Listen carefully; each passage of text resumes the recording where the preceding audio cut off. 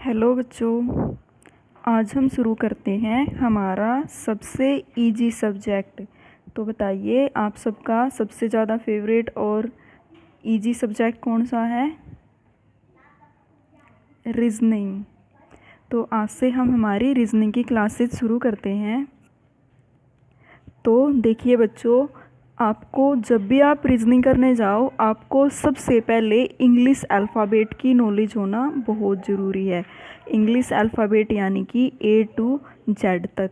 अब आप सभी को ABCD तो अच्छे से आती है, पर ज़रूरी क्या है, आपको इनकी नंबरिंग याद होना बहुत ज़रूरी है। जैसे कि ABCD का कौन सा अक्षर होता है? पहला। B कौन सा होता है बच्चों? दूसरा। C कौन सा होता है? तीसरा। D कौन सा होता है? चौथा। Z कितना होता है? 26। तो ये सब आपको पता होना, याद होना बहुत ज़रूरी है। अगर आपको ये याद है तो आप किसी भी क्वेश्चन को बिल्कुल सेकंडों में कर लोगे। तो बच्चों, एक वर्ड होता है हमारे पास इजोटी।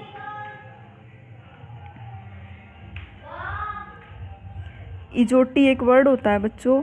तो इसके अंदर क्या होता है? ई जो होता है वो ABCD का 5वां अक्षर होता है। जे होता है बच्चों 10वां। ओ होता है 15। उसके बाद टी कितना होता है? 20, T20। और वाई कितना होता है बच्चों? 25। तो इस तरह से आपको क्या करना है, इन सभी को याद करना है। ये आपके लिए बहुत ज़्यादा ज़रूरी है। जैसे बच्चों G7, तो आप याद रख सकते हो G7। और बचपन से हम करते आए हैं, हमारे फ्रेंड्स वगैरह कोई बोलते हैं कि ABCD का 11वां अक्षर क्या होता है? K। ABCD का 11वां अक्षर K। उसके बाद T कितना होता है बच्चों? 20। तो इस तरह से आपको क्या करना है, सबसे पहले A to Z सभी जितने भी इंग्लिश अल्फ़ाबेट हैं उनकी नंबरिंग आपको याद करनी है अच्छे से। उसके बाद नेक्स्ट है बच्चों, जैसे ABCD को एक बार हम सीधा लिख लेते हैं।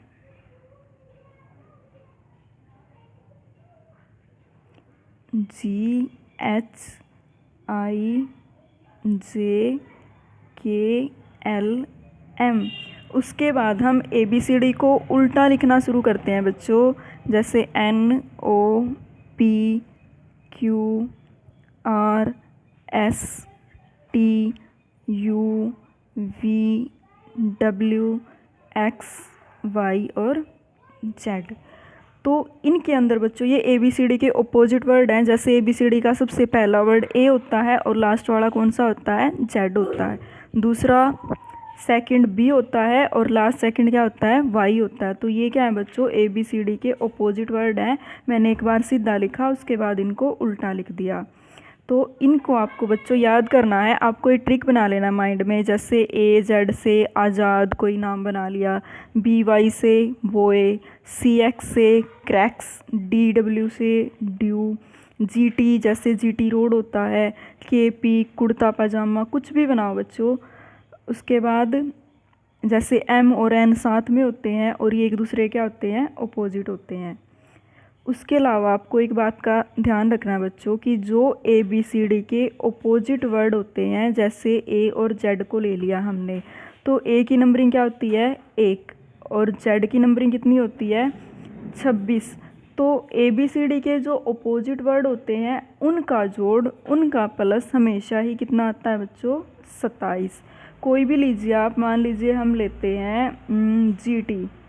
तो G कितना होता है बच्चों? 7। और T कितना होता है? 20। तो इन दोनों का जोड़ हो गया 27। तो आपको इनको क्या करना है बच्चों? इस तरह भी अच्छे से याद करना है। जैसे एक ट्रिक बताती हूँ, आप शर्ट लिख लेना, SHIRT, शर्ट। उसके बाद इसके पीछे G लगा लो, शर्ट G। तो S और H जो है बच्चों वो एक दूसरे के ऑपोजिट वर्ड होते हैं। I और R भी एक दूसरे के ऑपोजिट वर्ड होते हैं। और G और T भी एक दूसरे के क्या होते हैं? ऑपोजिट वर्ड होते हैं। नेक्स्ट है बच्चों, जैसे एक वर्ड है लव। तो इस वर्ड में क्या होता है बच्चों, जो एल और ओ हैं वो एक दूसरे के अपोजिट होते हैं और वी और ई भी क्या होते हैं, एक दूसरे के अपोजिट होते हैं। तो इस तरह से आपको कोई ट्रिक बना के या कैसे भी आपको इनको क्या करना है, याद करना है। अब देखिए बच्चों, यहाँ से क्वेश्चन कैसे आते हैं।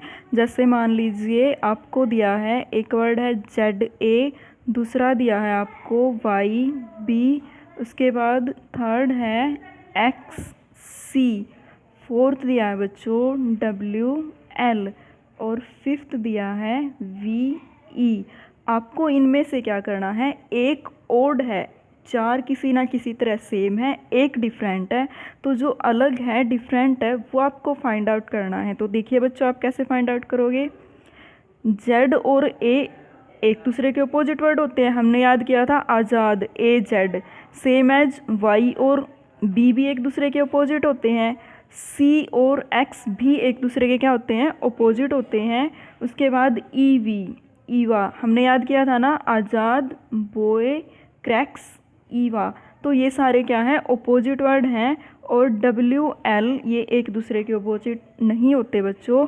जो W है वो D के अपोजिट होता है और जो L है वो O के अपोजिट होता है। तो इनमें से ओड कौन सा हो गया हमारा, ये फोर्थ वाला WL।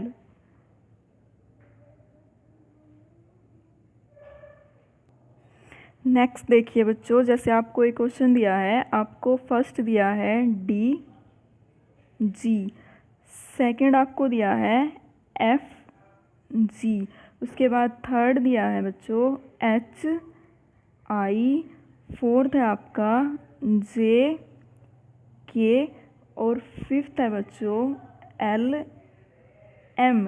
तो आपको इनमें से एक ओड है, एक अलग है, उसको आपको क्या करना है, फाइंड आउट करना है। तो देखिए बच्चों, DG, D के बाद क्या है, E आता है, उसके बाद F और उसके बाद G, यानी कि इन दोनों के बीच में 2 नंबर मिसिंग है। और F के बाद क्या होता है, G, तो इनमें कोई नंबर मिसिंग नहीं है। H के बाद I, J के बाद K और L के बाद M। तो सेकंड, थर्ड, फोर्थ और फिफ्थ जो है वो कॉन्टीन्यूसली नंबर हैं, लगातार हैं, बट D और G है वो लगातार नहीं है। तो इसका मतलब हमारा आंसर हो गया बच्चों पहले वाला। तो ये आपका बेसिक था बच्चों, जो रीजनिंग को जानने के लिए, समझने के लिए आपको सीखना बहुत ज़रूरी है। तो आपको क्या करना है, इसको अच्छे से समझना है और इससे रिलेटेड क्वेश्चन है वो आपको प्रोवाइड करा दिए जाएंगे। आपको उनको क्या करना है, खुद से सोल्व करके देखना है।